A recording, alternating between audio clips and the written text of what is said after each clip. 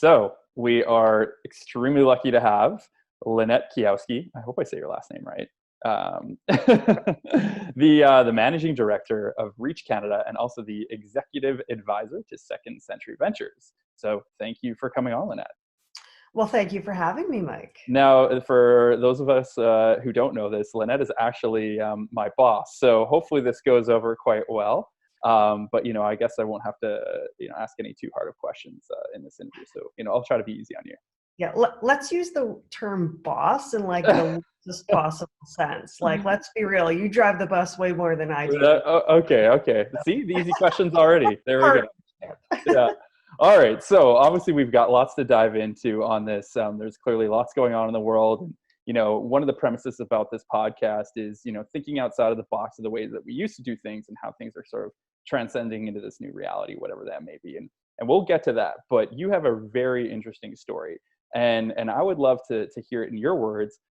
How does a former CEO of a real estate association, the people that all of us tech company people want to sell to, become the managing director of Reach Canada? The scale-up program, one of the largest in the prop tech space that's now part of this massive global network. So, how did that all come to be, Lynette? Well, I'd like to say it's just a great byproduct of the networking effect and getting to know people really well in the bars at what used to be amazing real estate events. So, I mean, there's some truth to that, but the relationship business. So it's a relationship business, right? But the reality is, my view on how well the industry has, or maybe in some instances hasn't, taken advantage of technology is really what kind of led me to this place. So I wouldn't say it was a direct path from being an association CEO, but certainly it is all of those relationships. And it's one of those examples of kind of, you get what you give, right? What you're putting out there is what you get back in return. And I've always been a firm believer that, there's a lot of value in the real estate sector. There's a lot of value in what the real estate practitioner on the ground does. As a real estate association CEO, I often found myself in a bit of a challenged and oftentimes even a conflicted place in terms of my ability to really affect great technology to help the people that I was there to help. And so when through an amazing number of relationships, the opportunity was presented to me. And initially it was presented only as a concept, like, hey, we're thinking of taking this Reach thing global. What do you think about this? And would you be interested in participating? It was like, yeah, sounds pretty cool. Like, keep me posted. So I think it's, again, one of those situations where you take advantage of the opportunity and lean in when it's there. But when you have a vision and a view and, kind of a gut feel for what needs to happen, those opportunities make themselves a lot more known. So I feel really grateful to be here, but I think that's a bit of the trajectory is relationships, really a desire to do really great things, understanding the opportunity for technology to fill that gap, and then having the opportunity present itself.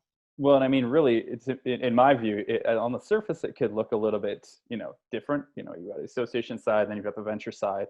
But the reality is, you actually have a similar opportunity here with this role, is that it's enhancing member benefit just through another way. 100%, Mike. And that's, really that is what drives me and jacks me about this opportunity, is the fact that it is it gives me more tactile opportunity, gives us more tactile opportunity to meet the needs of those people. And not at all to disparage the structure of organized real estate. It's the backbone of why we have the practitioner and the ability for the practitioner to get out there and deliver that value add. But it does create some challenge. And I think there's, it's also a timing thing. It's evolution, right? The industry is in its own way evolving, and technology doesn't wait, right?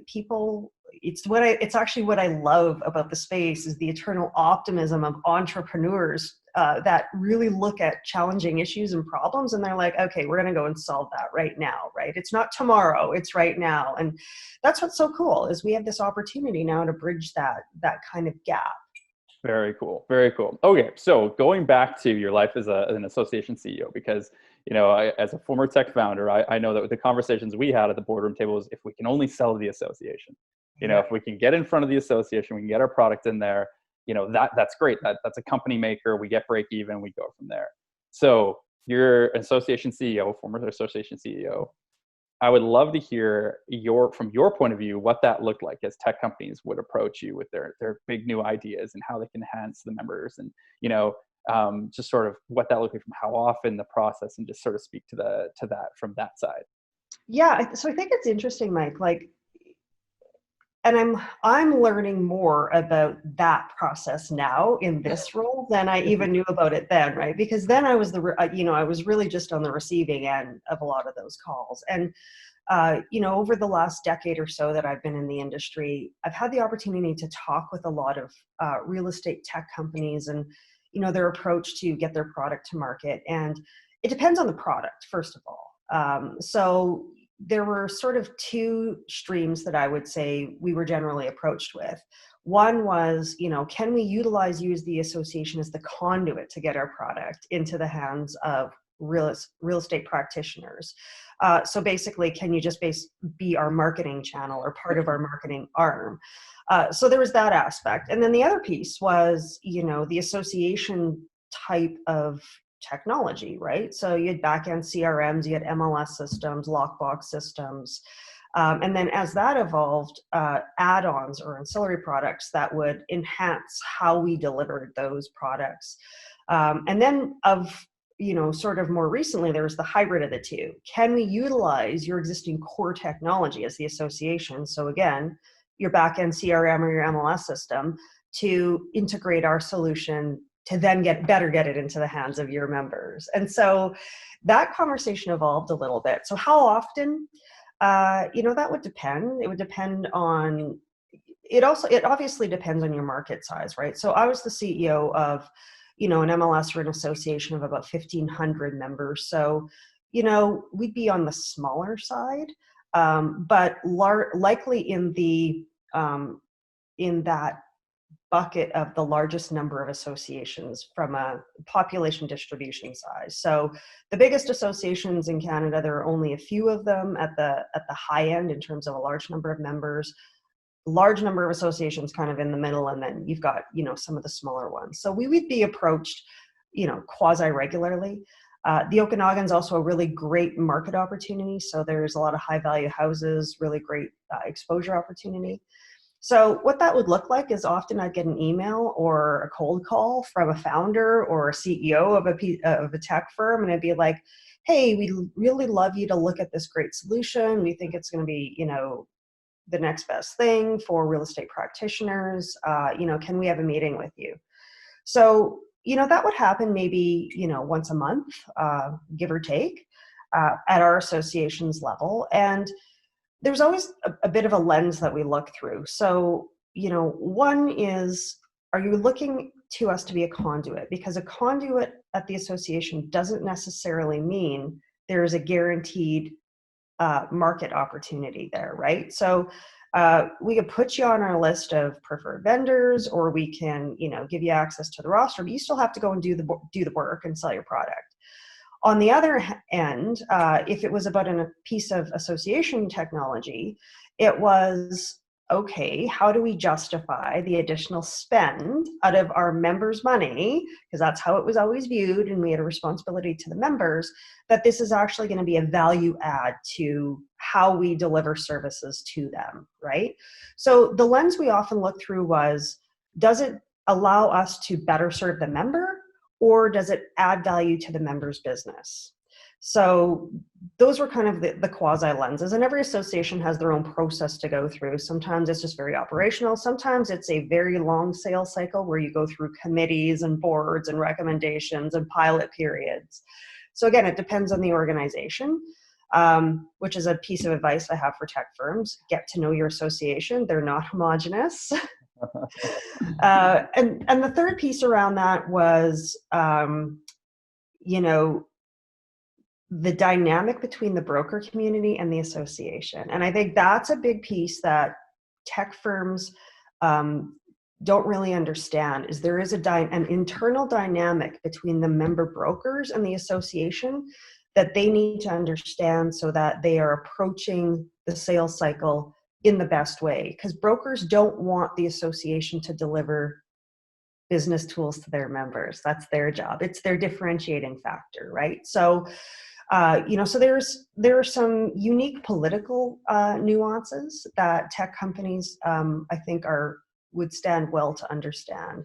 So, in our association, it was an evolution in the 5 years that I was there. It began as a very, committee-driven, volunteer-driven evaluation process. And then we got really clear on what our core needs were and what our strategies were, which made it a lot easier for us to have those conversations when we got the call from the tech company.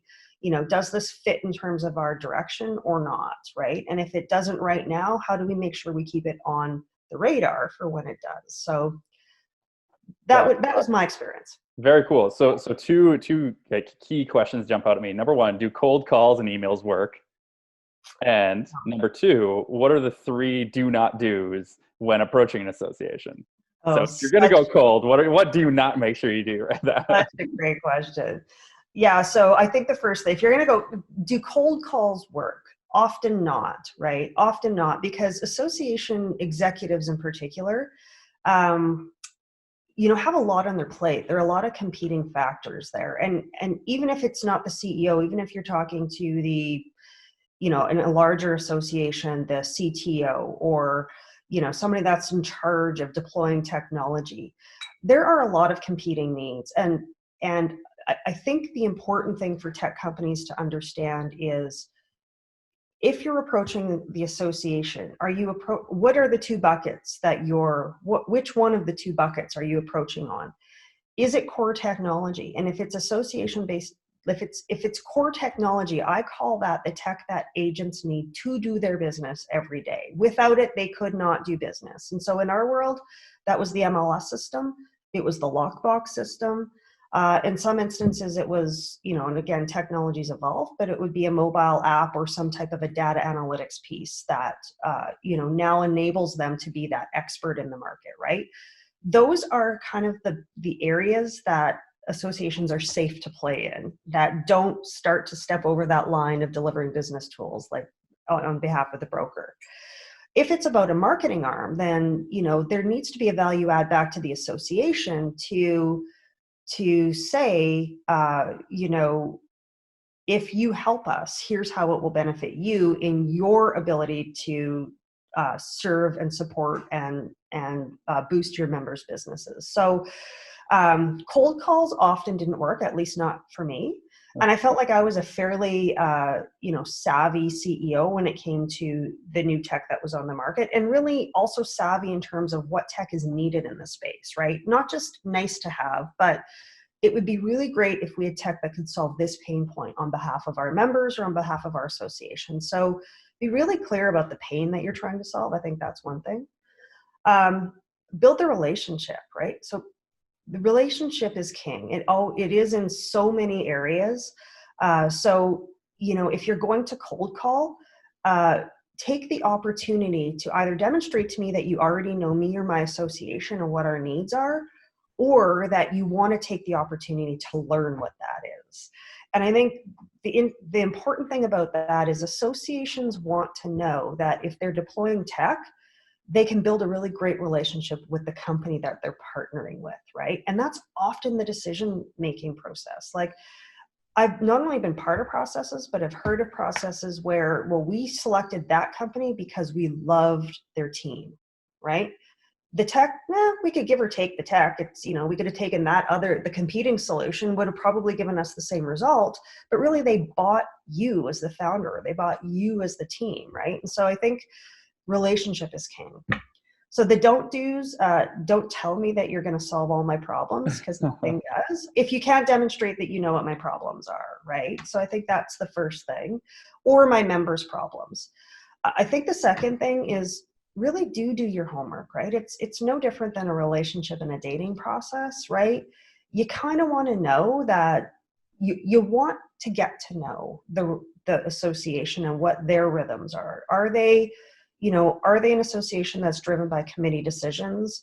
Does the CEO and the management team have some autonomy to make decisions around certain things? So get to know who they are. And, that does mean taking a bit of time to do your homework and building a bit of a relationship. And I think, a third thing not to do is expect that the association is going to be an extension of your sales team.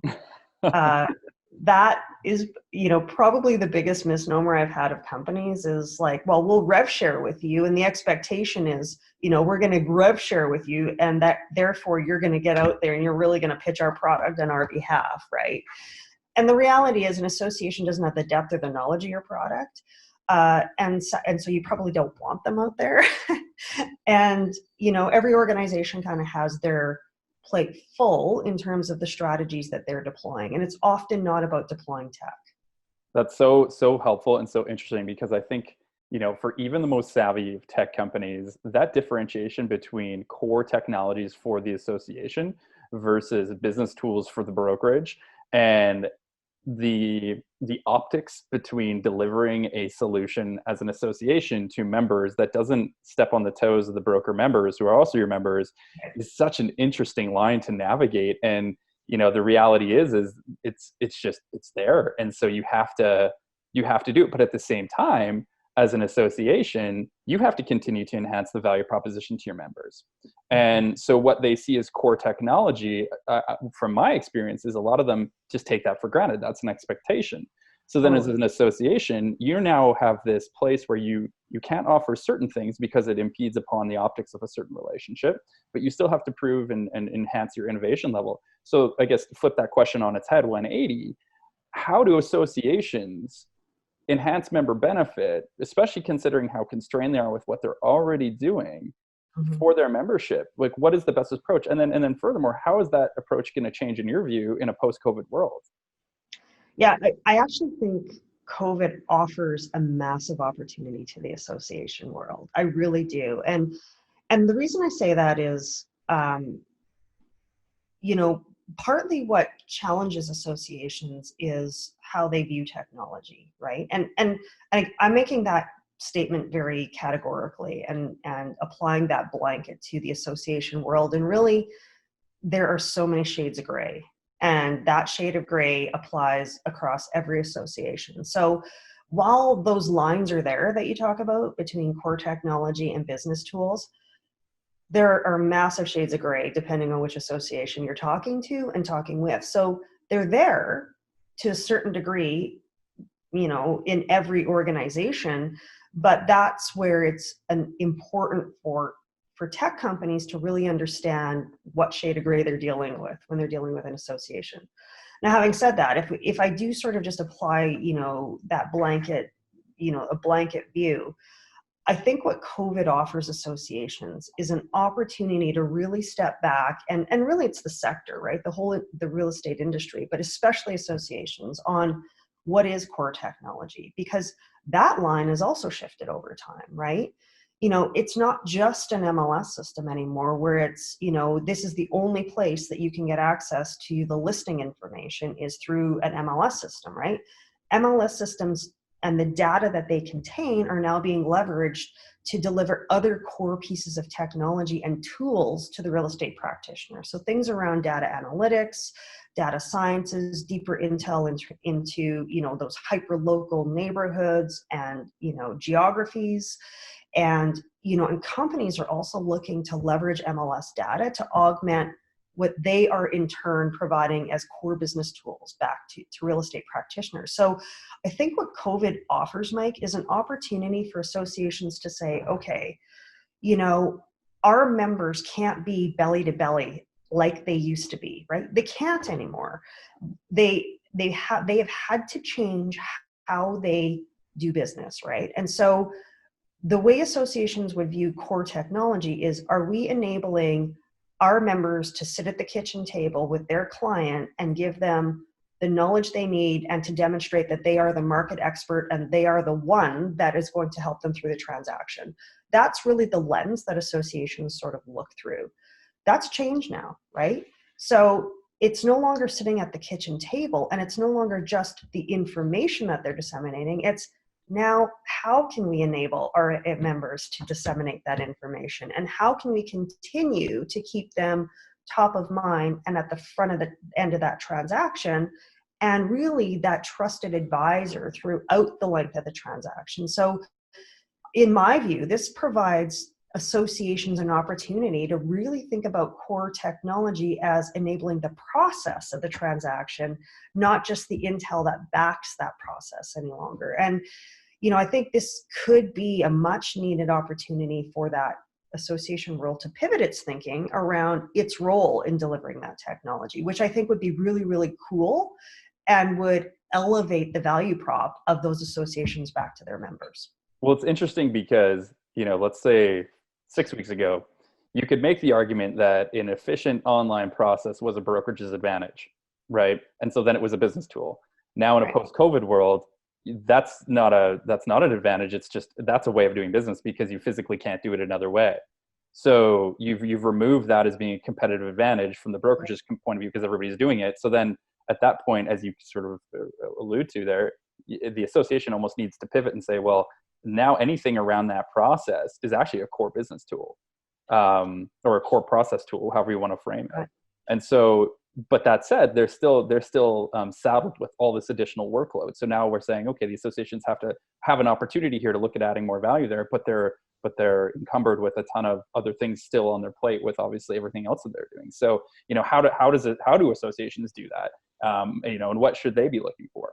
Yeah, and I think I'm so glad you raised this. I think this is really the piece this is the foundational piece that the association world is really presented an opportunity around, is what is our core value proposition? What are our strategic, not just priorities, but what are our strategic advantages in being organized in this way to be able to facilitate that? So, what I love about how you just articulated that is you've identified that, it's not thinking outside the box. The box is physically different, right? Yeah. The box is now physically different. And as a matter of fact, associations need to create a new box, right?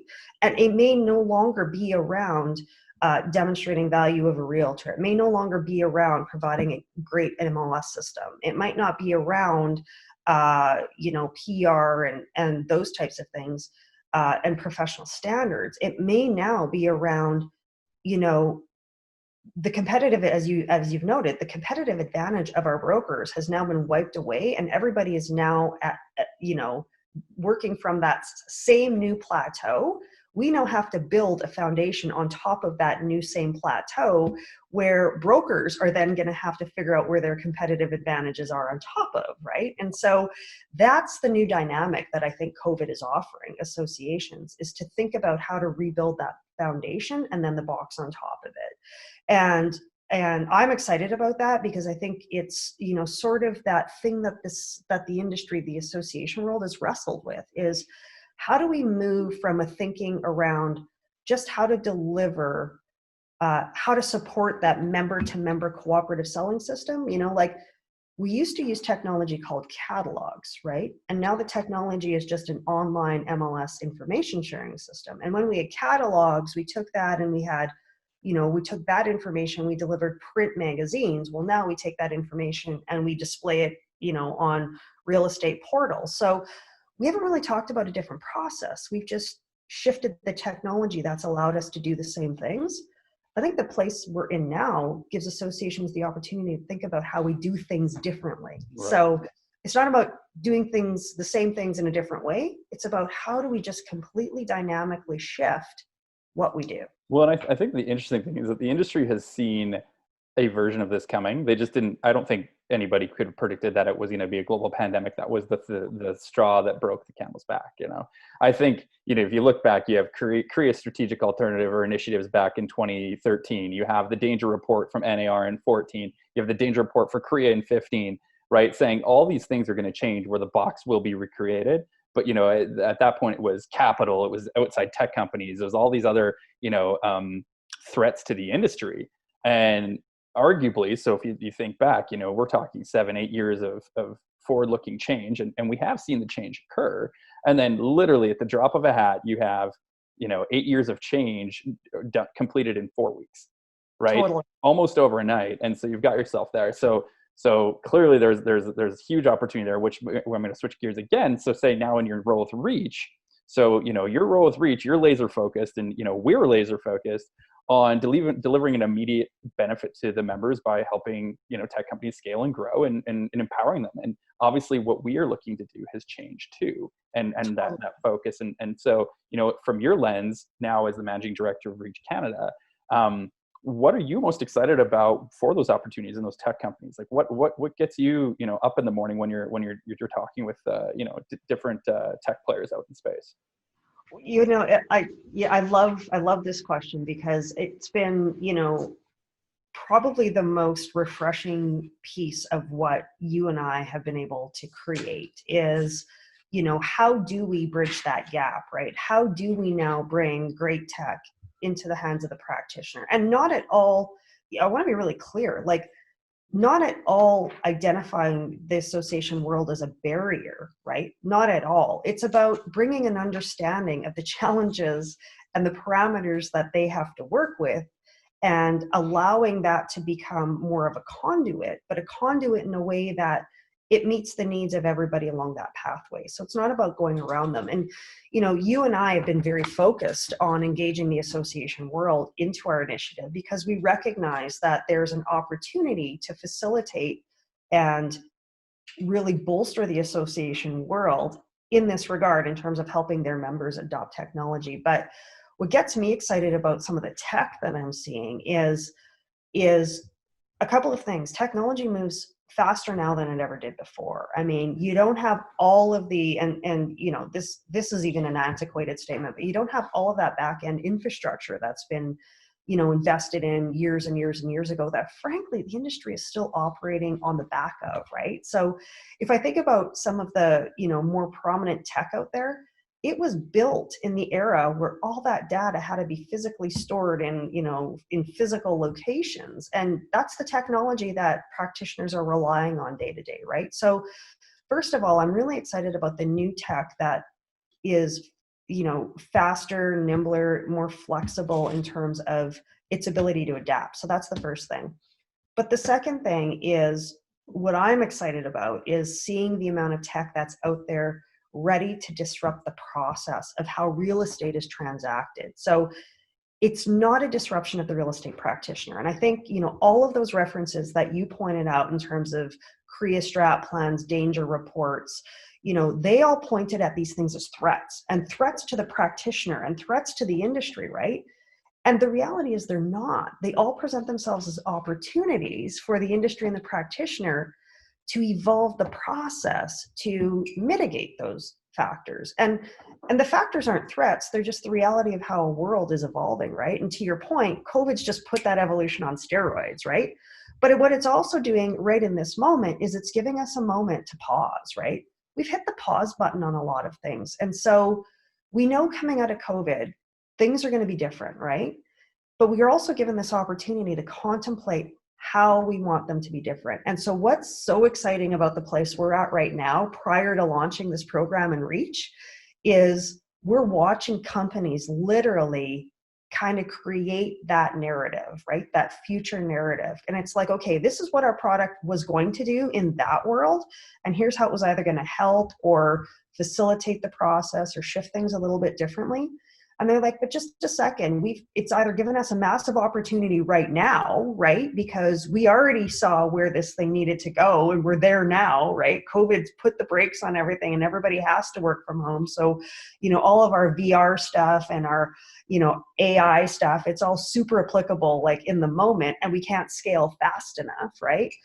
And there's also that, okay, that was like iteration 3 for us, because we know the industry isn't quite there and the practitioner isn't quite there, but they're going to get there a lot faster. So we're just going to iterate faster, right? Or we're going to skip steps 2 and 3, and we're just going to get right to the end point.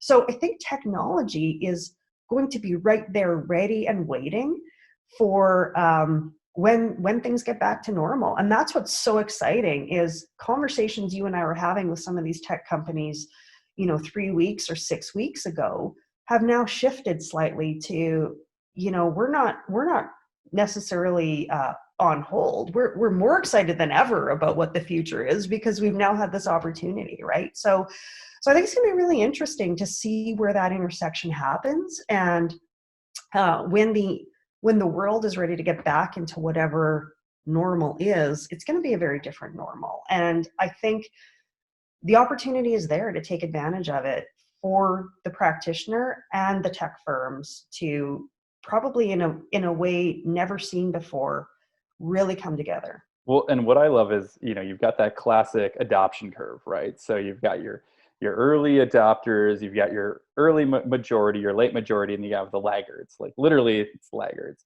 And what you've seen with those technologies that are now required for parts of our lives is that literally that entire curve has become adopted almost like this. And a great example, and everyone sees it firsthand, we're using it right now, is Zoom. Yeah. Everybody is using Zoom with their parents, their grandparents, if they're fortunate to have them, their kids. And this is a technology that the user experience hasn't changed. It's just as hard as it is to use 3 months ago, yet somehow there's 200 million daily active users on it, including every single demographic. And so, it's just building on what you're saying. I think one of the exciting parts is that if you can find that process solver, right, that's clearly got that impediment, there's almost no limit to the growth potential. Well, and I think like you and I had an experience last week talking with a startup that, has really only been in market now for 3 months. I think March they launched, so 2 months right before COVID kind of hit. And as they were testing, really felt that they had a great solution for, signing mortgage documents, right? And so here's the other piece that I think we can't forego is it's not just the process, it's the things that have in the past either enabled or presented hurdles or barriers to process change, right? And so it's not just the association world. And so, just the decision of every government across this country to all of a sudden overnight enable wet signatures on mortgage documents. It put this tech company on steroids who was legit out there just trying to solve a massive pain point for every person that got themselves into a real estate transaction. And just with a process change, just allow us to, electronically sign our mortgage documents so that we don't have the massive amount of time and inefficiency of having to go to a legal office, sit down, And the reality is overnight, within a week, I think every jurisdiction in Canada swapped that legislation out, or at least permitted, wet or electronic signatures on mortgage documents. And so you think about that, and you think about the power of the ability to make these minute decisions, right? But how liberating that is, and how massively transforming that will be for an entire industry. And not just one industry, we're talking the legal industry, we're talking the banking industry, we're talking the real estate sector, right? So, I think that's what we're going to see post-COVID is it's not just, I think this is the piece people forget is we're not going back to how things were, because things are forever going to be different because of little changes like this. And this time is going to present additional opportunities that weren't there before, prior to COVID, right? And there are also going to be some additional challenges that we'd never foreseen because we didn't have the ability to see them in a pre-COVID world. So I think that's the exciting thing is there's a whole host of opportunity on both sides of the coin. And, what I love is working with these startups that are savvy and quick on their feet to shift at a time and in a place where the infrastructure that they have to work in allows them to be as quick and savvy. And so we just need decision makers now to be able to keep up with that. So that dovetails. So, I want to wrap it up here, but that dovetails into the sort of some closing sentiment, because I think a lot of people are getting a lot of noise out there on, what is the sentiment like from the venture community as well as the tech community? So in the conversations that you're having on sort of both sides, even on the association side, what is that general sentiment? Obviously, nobody has a crystal ball, But what is that general sentiment right now? And you know, like for those people that are trying to sift through the noise, what are you hearing when you're in your conversations? You know, it's so interesting because I had expected that, you know, there would be a lot of, you know, doom and gloom and, oh my God, like, you know, one metric that always resonates with me is the fact that, you know, there's been a 10x investment in prop tech over the last, what, 3 years, right? So we're now globally, there's like a $590 billion, you know, capital injection into prop tech. And, you know, early on there was like, oh, well, we're going to see that completely evaporate.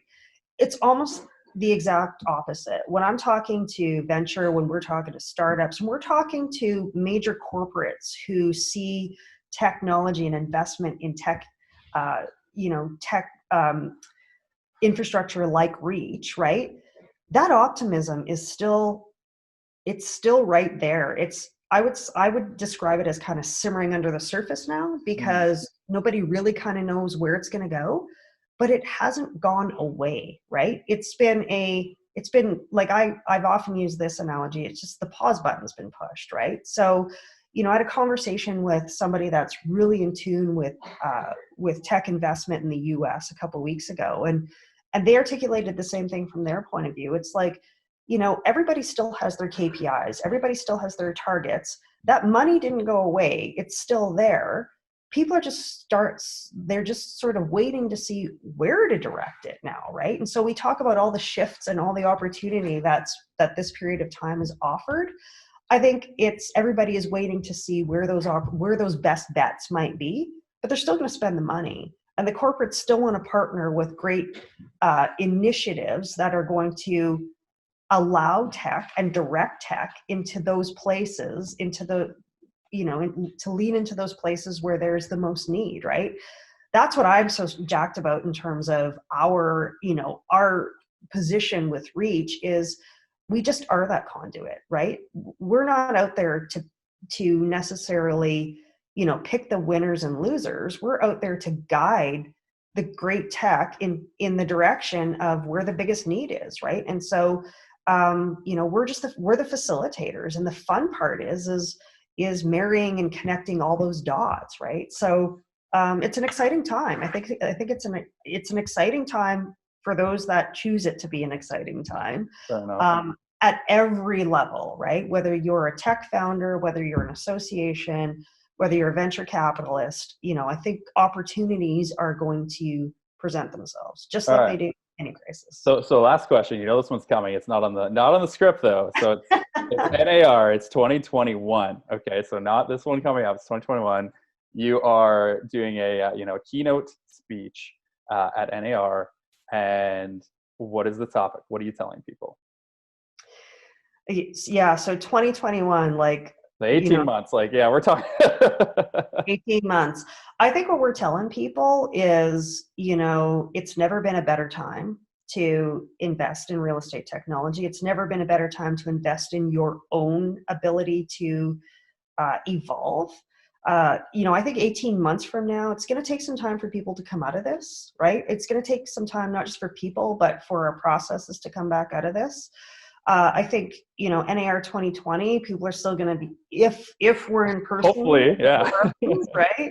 I think people are still going to be jostling a little bit around what does this look like. But in 2021, I think we are going to have this opportunity to talk to people about, you know, I think people are going to be more open than ever about how to evolve themselves and where to evolve. So in 2021, you know, I think you and I are going to have a massive opportunity to be sort of those, not just leaders, but, you know, we're going to be the ones that are going to have the opportunity to sort of champion and guide and advise people on the types of things that are out there. I think you and I are going to have an opportunity to see some really new, cool things. And, you know, I'm really looking forward to being able to sort of champion what those new, cool things are and how they're going to benefit, you know, this industry on a go-forward basis. So. Love it. Love it. Well, thank you so much for those. I know if, you know, I was watching this with my former hat on, I would have learned a ton too. So I really appreciate the insights, Lynette. And so how can people reach Canada or yourself? How do people connect with you if they want to? Yeah, with LinkedIn. So we're all over LinkedIn, Reach Canada. You are at Mike McCara. I'm at Lynette Keyowski. Our website is narreach.ca. So you'll find intel on us there. So we would love, if you're a company, we'd love you to sign up to our list so that we can invite you into the program when we launch it later this spring. If you're a mentor or somebody who just really wants to connect with the sector and feels that they can be of value to some of these startups, we would love you to connect with us on the website as well, so that we can get you into our pipeline and get you connected with what we're doing. Awesome. Awesome. Well, thanks so much. And Great. yeah, look forward to seeing you in person at NAR 2021 or before, because, we work together. Well, I don't know, with this social distancing thing, it's like maybe that is where we'll see each other next. That's right. Okay.